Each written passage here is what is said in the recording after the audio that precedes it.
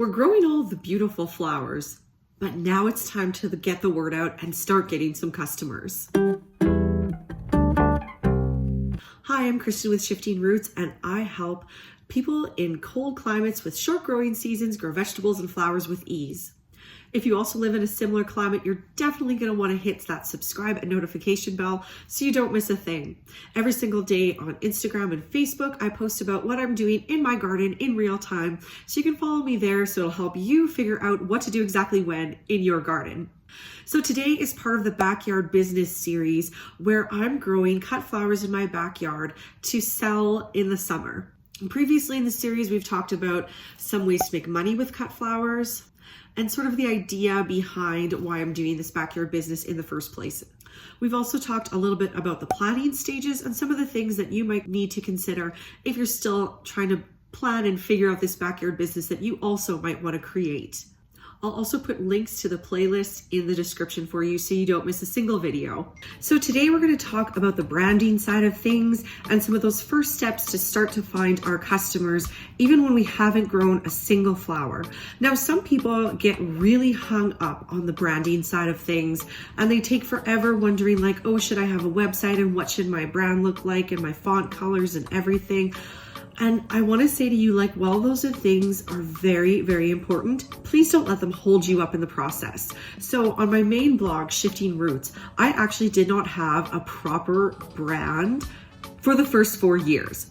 I just used the little color swatch thing that came with the theme that I bought and went with that green that it just so happened to be. Actually, at first I went with yellow, and then maybe about a year in, I think I switched to green. And then at year 4, I was like, okay, I think I actually need a proper logo now. So you can go far even if you have a simple logo and it's not perfect. Probably one of the hardest things to do is come up with a name for your business because you want it to reflect you and what you're doing, but you also want it to be unique, right? You don't want it to be just like every single other flower farm out there. So I'm just going to take a quick little aside and tell you the story of how I came up with Shifting Roots. When I came up with the name Shifting Roots, my blog wasn't even about gardening. I just thought it was more of like how my life was shifting and I was trying to make a change in what I was doing. In my first career, I was a singer, and I also had a music studio where I taught people how to sing and play piano and do musical theater. I taught music for young children. I had 3 choirs at one point, and it was absolutely crazy and wonderful and fun. But I had decided that it didn't really fit as well for like the lifestyle that me and my family wanted and our needs. So I was looking to blogging to change what I was doing in my life. Now, just for fun, if you want to hear more about that story, you can actually go to the SaskTell webpage and it'll show you, I was featured on their social media about my story. So you can just take a quick look at that if you're interested. Anyway, I had read lots of blog posts about how to name things, and Shifting Roots was the name that came up for me, and I got really lucky that it worked out when I transitioned into being a gardening blog. My brand colors and things were something that happened along the way. The blue that I tend to use is because the front door of our house is blue, our garden boxes are blue, and all of the decor in my backyard deck setup is blue. So it just, well, here, my curtain's blue. So that's sort of why that blue is in my branding. And then coral is a color that I always like to wear and look really good in. And I really love pink and I've always loved pink. So those are sort of my brand colors. And then black and white because I'm always in black and white. I actually made my logo myself. You don't have to do it. What I did is I picked out a bunch of like a watercolor template thing on Creative Market. And so I purchased those and I use those in all of my branding, all of my ebooks and everything to just make my brand have a cohesive look. I chose my fonts just because those tended to be the fonts that I like to use, and I just like the looks of them and how they look together. There's all sorts of blog posts you can read by people who are graphic designers and much better at this sort of thing than I am to figure out your own branding and help you along in your journey. Then I made everything on Canva. That's the program I use. It's super simple to use. I have the paid version because on my blog that makes the most sense, but the free version has tons of options and is perfectly sufficient when you're first starting out. Now, if you don't want to go the DIY route and you know that's just going to waste too much of your time, you can actually pay people on Etsy or Creative Market to make a logo for you. You can find someone locally, or you can even choose from like pre-done branding templates and logo templates. There's a lot of options. So just pick the one that works the best for you and your budget. And then know that if it doesn't feel right after a while, you can always change it, but just get something going. That's the most important, is that you have some sort of presence before a single flower ever blooms. So now let's talk about sort of what packaging, promotion, and things do you actually need. So first of all, you need that logo, as we discussed. You need some sort of social media presence, so Instagram or Facebook, one or both, totally up to you. It's a good idea to have a website, but if you just can't get your head around it right away and it's something that would stop you, just start with just social first and eventually add that website. But I would say if this is something you're going to do more than 1 year, I would definitely get that website up and running, because you need that SEO in a way for people to find you if they're maybe not looking for you on social. Then you also need ways to be found in the real world. So you'll need some business cards to give out to your eventual customers or people you know, friends and family. If your town, city, wherever allows it, it's also nice to have some sort of a sign in front of your house or maybe on your car. That you can get these signs that are just magnetized, so you can like put them on and take them off. Again, it's totally up to you how much promotion you want to do and what sort of things you feel comfortable with. The other super important thing is you want to be collecting email addresses from the very beginning of potential customers. So I recently made up my website for Shifting Roots in Bloom. That's what I'm calling my backyard business. And the most important feature on there is that people sign up for that email list, because I don't really have anything to offer them right now. I do have some plans for a pre-sale and Mother's Day, but for now, that's it. My sales plan is pre-sales, pop-ups, and weddings. It's important that I start collecting customers right now and building excitement so that I'm not starting from zero when the first flower blooms and I'm finally ready to sell.